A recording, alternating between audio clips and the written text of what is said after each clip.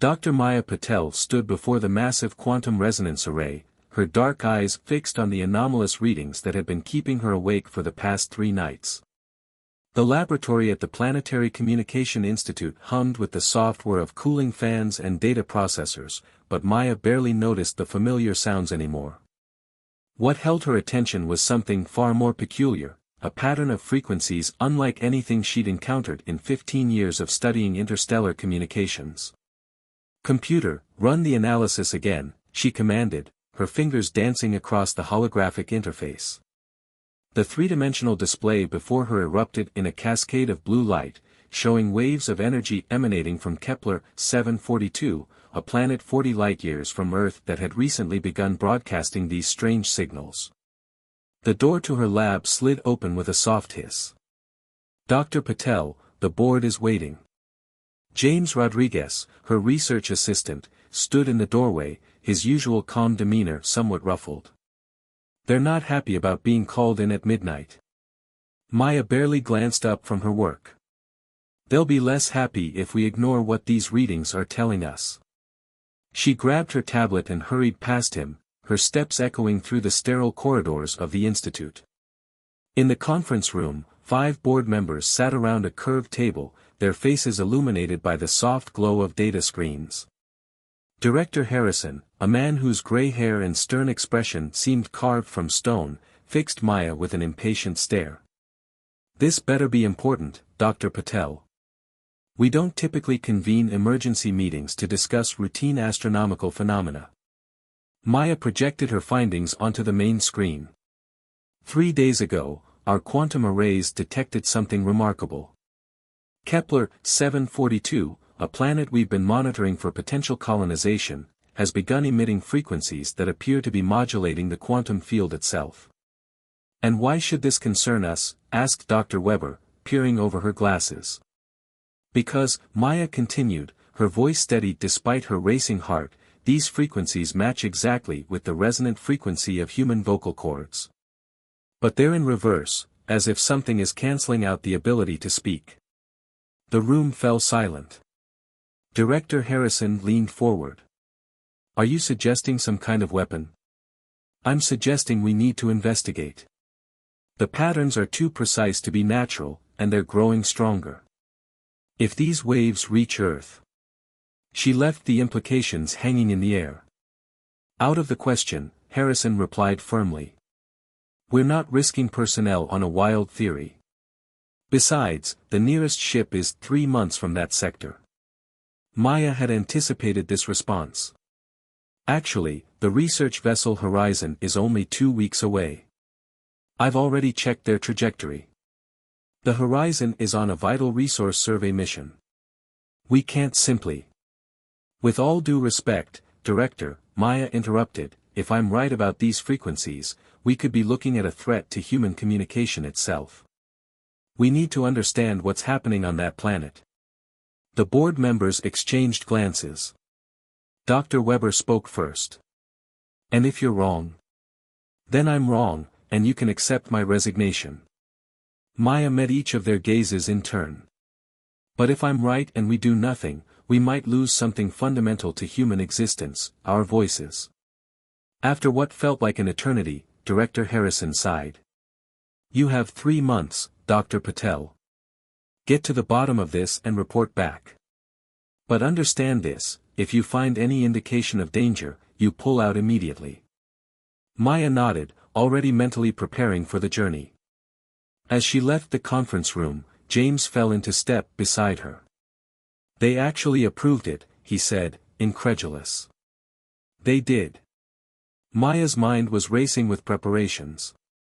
"James, I need you to start compiling all our data on Kepler 742.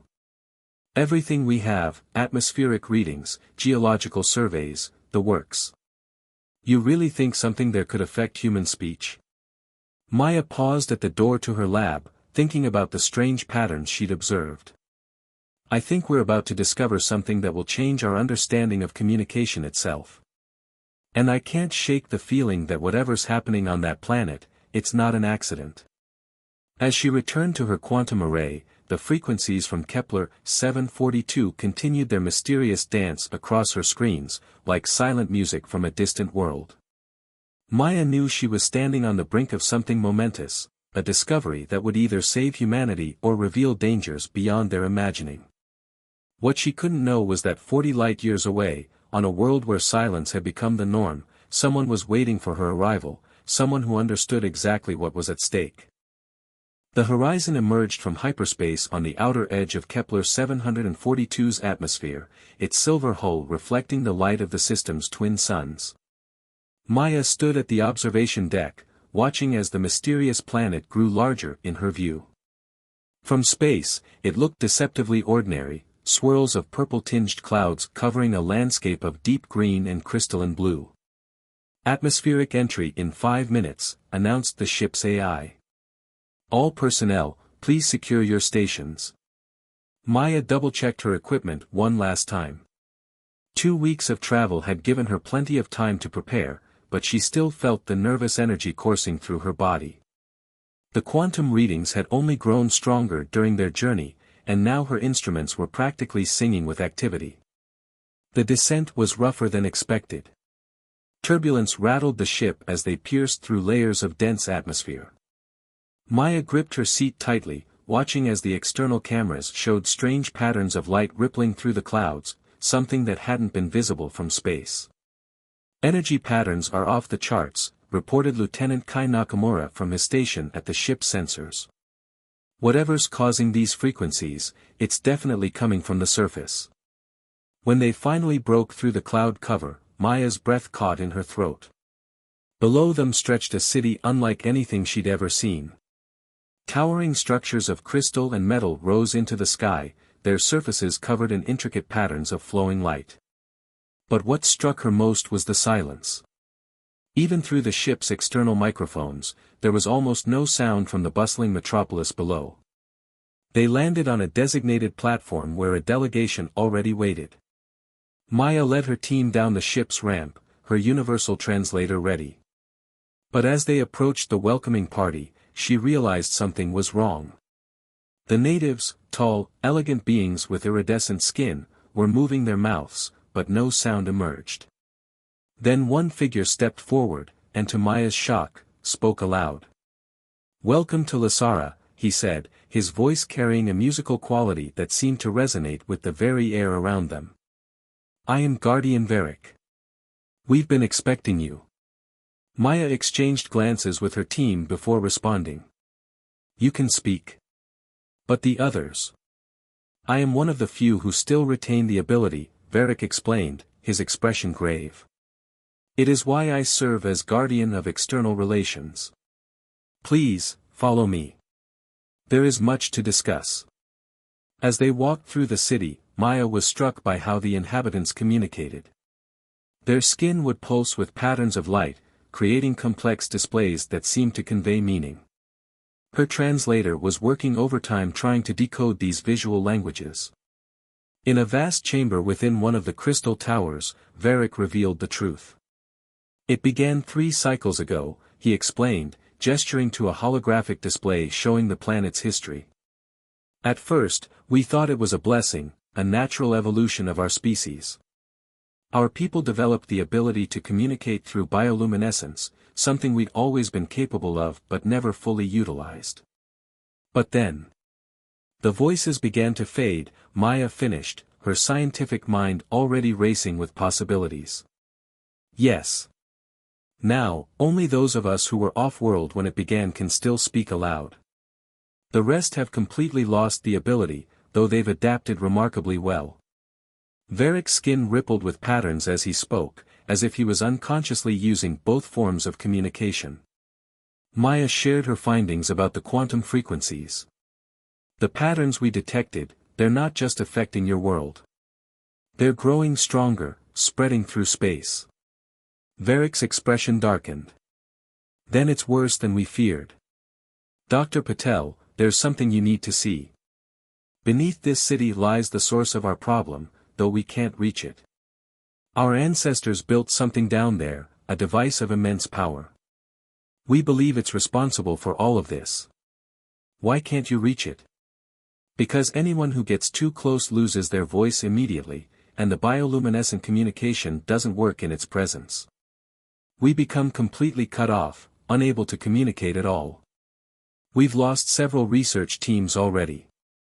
Maya pulled out her quantum scanner, studying the readings more carefully. These patterns, they're not random. They're like a lock, waiting for the right key. Can you help us? Varric asked, his skin pulsing with urgent patterns that the translator interpreted as hope mixed with fear. Before Maya could respond, alarms began blaring throughout the city. Varric's skin flashed with patterns so rapid her translator couldn't keep up. Through the chamber's crystal walls, she could see the light patterns of thousands of citizens flashing in what could only be panic. "What's happening?" she demanded. "The frequencies, they're changing," Varric said, his voice strained as if he was struggling to speak. "Something in that ancient device is awakening, and this time it's not just going to take our voices."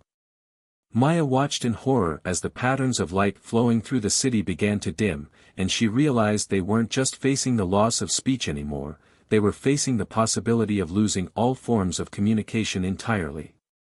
The clock was ticking, and somewhere beneath their feet, an ancient technology was stirring to life with unknown but potentially catastrophic consequences. Maya stood at the entrance of the ancient tunnel system, her specialized environmental suit gleaming under the ethereal light of Lasara's crystal towers. Lieutenant Nakamura and two Lasaran scientists, their skin pulsing with nervous patterns, flanked her. The entrance looked like a wound in the planet's surface, a perfect circular shaft descending into darkness. "The quantum readings are strongest here," Maya said, checking her instruments. "Whatever's causing this is definitely down there." She turned to Varric, who stood at a safe distance to preserve his voice. "How deep do these tunnels go?" Varric's skin flickered with data that her translator interpreted. "Our scans penetrate only 3 kilometers before interference blocks them. The last team made it to level 5 before we lost contact." Maya nodded, double-checking her suit's communication systems. They'd modified the quantum resonance shielding based on her research, hoping it would protect them from the voice-stealing effect. "Remember," she told her team, "if the suit's shielding fails, we switch to light-based communication immediately. The suits are equipped with external light panels that mimic Lasaran patterns." Lieutenant Nakamura checked his weapon, a non-lethal sonic disruptor. "What exactly are we expecting to find down there, Dr. Patel?" "Based on the energy signatures, we're looking for something that manipulates quantum fields on a massive scale. The effect on speech might be an unintended consequence, or a security measure." The descent began. Their path spiraled down through layers of ancient technology and crystalline formations that seemed to pulse with their own inner light. Maya's instruments recorded everything, trying to make sense of the incredible energy readings that surrounded them. At the 3rd level, they found the first signs of the previous expedition, abandoned equipment and hastily scrawled warnings on the walls. Maya's translator worked overtime decoding the Lasaran script. "Turn back." The silence spreads. "Look at these markings," Nakamura said, running his gloved hand along the wall. "They're different from the modern Lasaran script. Much older." Maya scanned the symbols, her eyes widening as the translation appeared on her heads-up display. "These aren't warnings, they're instructions. The ancient Lasarans built this place as some kind of communication nexus."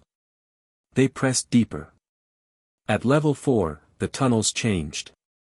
The walls became smoother, lined with what appeared to be dormant technology. Maya's quantum scanner began picking up complex patterns that made her previous readings look simple by comparison. "This architecture," one of the Lasaran scientists communicated through light patterns, "it predates our earliest recorded history. We had no idea this level of technology existed." Suddenly, Maya's suit sensors blared a warning. The quantum frequencies were shifting, becoming more intense. "Everyone, check your shields." But it was too late. One of the Lasaran scientists clutched at their throat, their skin patterns becoming erratic. The second scientist's light patterns dimmed completely. Even through the supposedly shielded suits, the effect was taking hold. "Fall back," Maya ordered, but as she turned, she saw something that made her freeze. The walls around them had begun to glow, patterns of light flowing through ancient circuits like blood through veins. The entire complex was waking up. Lieutenant Nakamura raised his weapon, but Maya caught his arm. "Wait. Look at the patterns, they're not random. They're forming words, in every language. Earth languages, Lysaran, others I've never seen."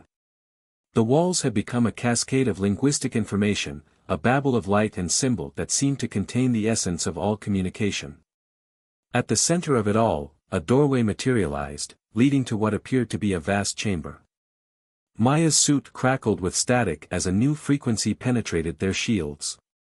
But instead of stealing their voices, this one seemed to be trying to communicate directly with their minds.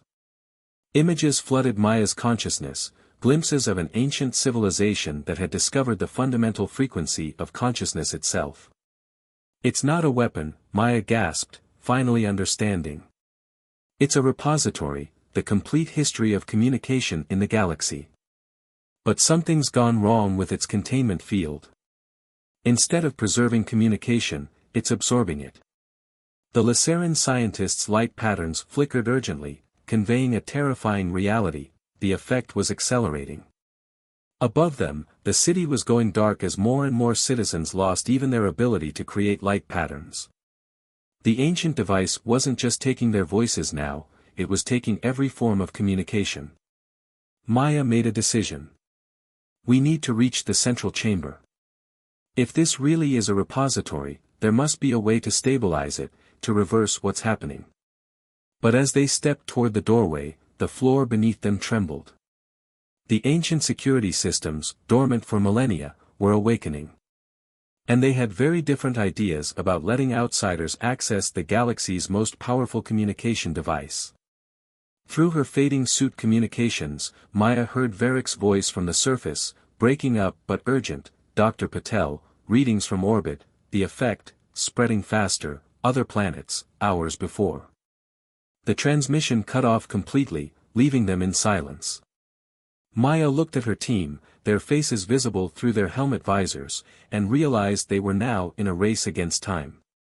Either they found a way to stop this ancient device, or the entire galaxy would fall into an age of absolute silence, all communication, all connection, lost forever. The central chamber was a perfect sphere, its walls covered in shifting patterns of light and symbol.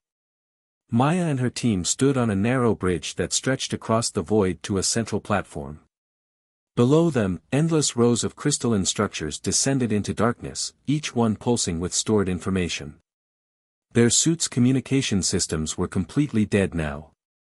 The Lysaran scientists could no longer generate their light patterns, and even Maya's tablet had gone dark. Only their basic life support systems still functioned, protected by separate power sources. Maya pointed to the central platform, where a complex array of crystals surrounded what appeared to be a control interface.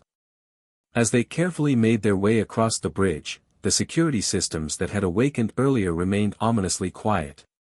Either they had shut down, or something else was waiting for them. When they reached the platform, Maya began studying the ancient controls. Without her translator or any working technology, she had to rely on her memory of the symbols they'd seen in the tunnel. The interface seemed to respond to her presence, new patterns of light flowing across its surface. Suddenly, a holographic figure materialized before them, a tall, ethereal being that seemed to be made entirely of light and shifting symbols. When it spoke, they didn't hear it with their ears but felt it resonating in their minds. "I am the curator," it said. "You have entered the grand archive of universal communication. State your purpose." Maya stepped forward, her hands raised to show she meant no harm. She tried to speak, but no sound emerged. The curator tilted its head, observing them. "Your inability to communicate is noted," it said. "This is a safety protocol. The archive cannot be accessed by beings capable of transmitting information, to prevent corruption of the database. Maya's eyes widened with understanding. The loss of voice, the dampening of all communication, it wasn't a malfunction. It was the archive's quarantine system, designed to protect its contents. But something had caused it to extend far beyond its intended boundaries. The curator continued, however, the containment field has become unstable. External interference has damaged the primary resonance matrix. Attempt at self-repair has resulted in uncontrolled expansion of the quarantine effect. Lieutenant Nakamura pulled out his tablet, now useless, and mimed writing. The curator seemed to understand. You may communicate through direct neural interface, it said, and suddenly a beam of light connected each of them to the archive systems. Maya's thoughts flowed directly into the interface. The effect is spreading throughout the galaxy. It will destroy all forms of communication if we don't stop it. Correct, the curator responded. The archive was designed to preserve all forms of communication in the galaxy, every language, every gesture, every form of expression ever created. But the damage has corrupted its primary function. Instead of preserving communication, it is now absorbing it. Can it be repaired? Yes. But there is a cost. The archive systems have become entangled with the very fabric of communication itself.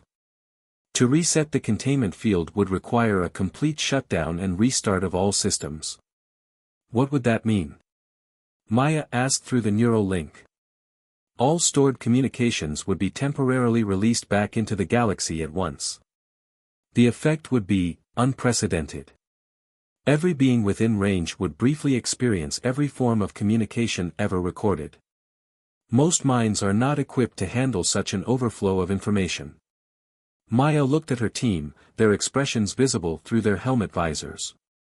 The choice was impossible: let the archive continue to spread its silence across the galaxy, or risk overwhelming every sentient mind within range with millennia of stored communication. Through the neural interface, one of the Laceran scientists shared a memory, their world before the silence, filled with song and speech and light. The other scientist shared images of children no longer able to express themselves, their light patterns growing dimmer each day.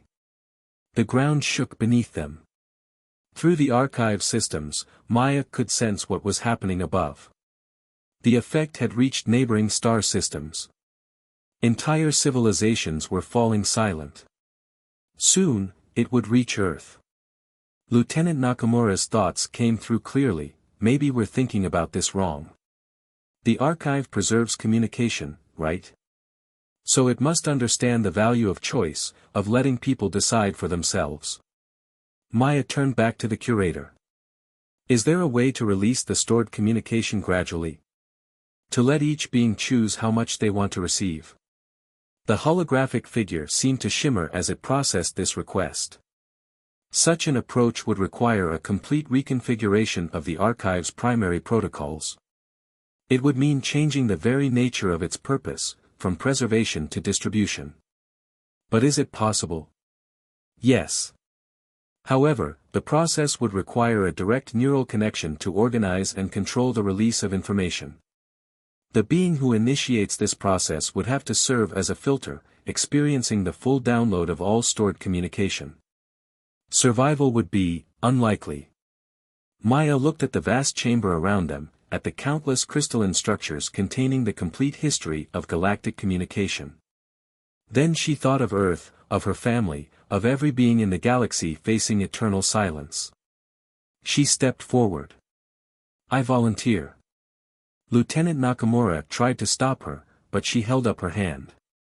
Through their neural link, she shared her reasoning: I'm the only one who understands both the quantum mechanics and the linguistic patterns well enough to have a chance at organizing the data. The curator's form flickered.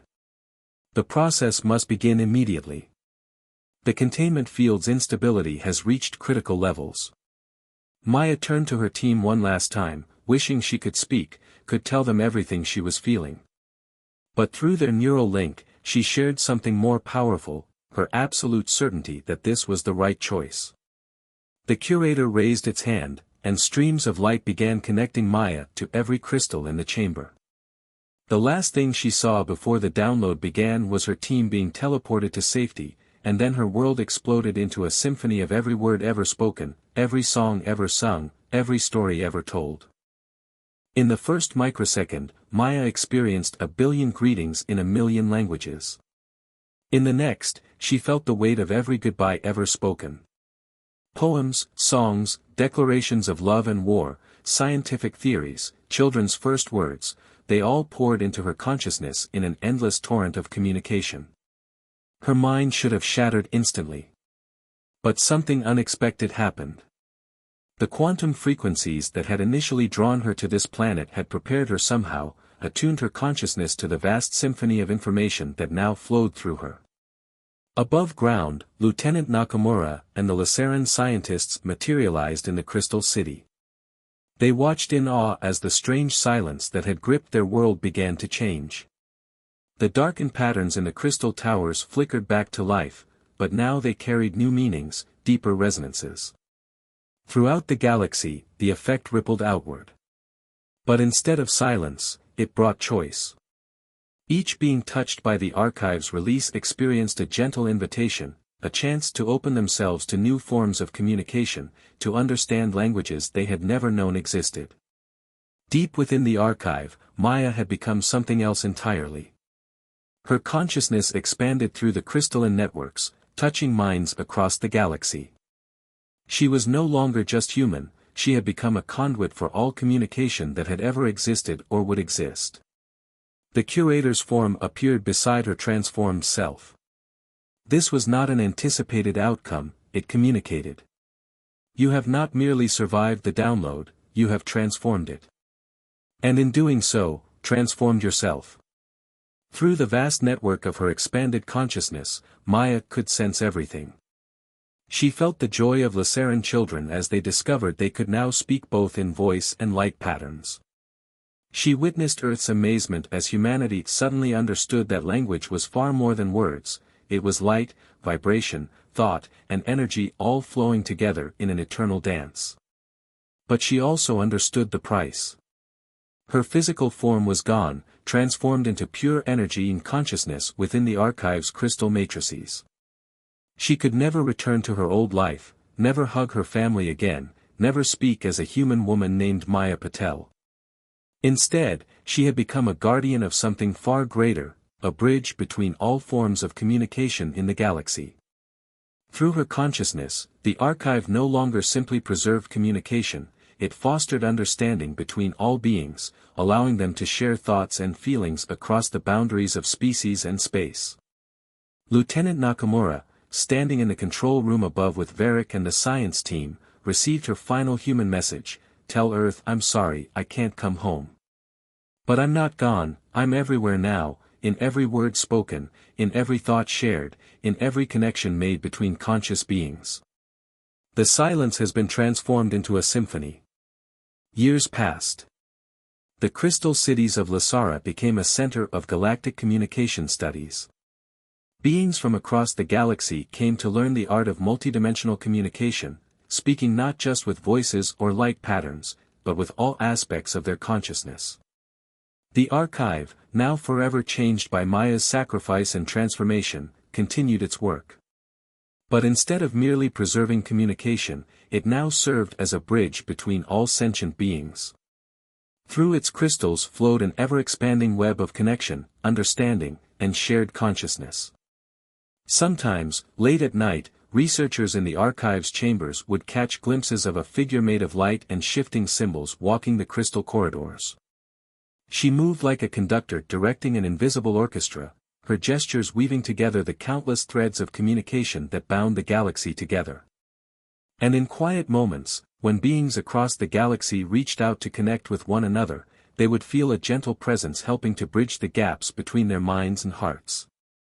They called it many things in many languages, but the Lacerans had a special name for it. They called it the Symphony of Souls, the gift of a human woman who had loved communication enough to become its eternal guardian. On Earth, in the Planetary Communication Institute, they kept Maya's old laboratory exactly as she had left it. But they added one thing, a crystal from Lasara that pulsed with soft light.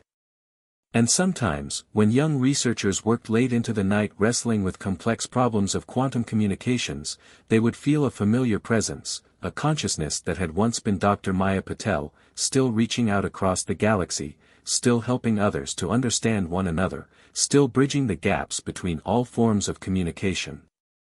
For in the end, Maya had discovered the greatest truth about communication: it was never meant to be preserved in silence, but to flow freely between all beings, a constant river of shared understanding and connection. And in becoming part of that river, she had found a form of immortality she had never imagined possible, living on in every word, every thought, every connection between conscious beings across the vast expanse of space and time.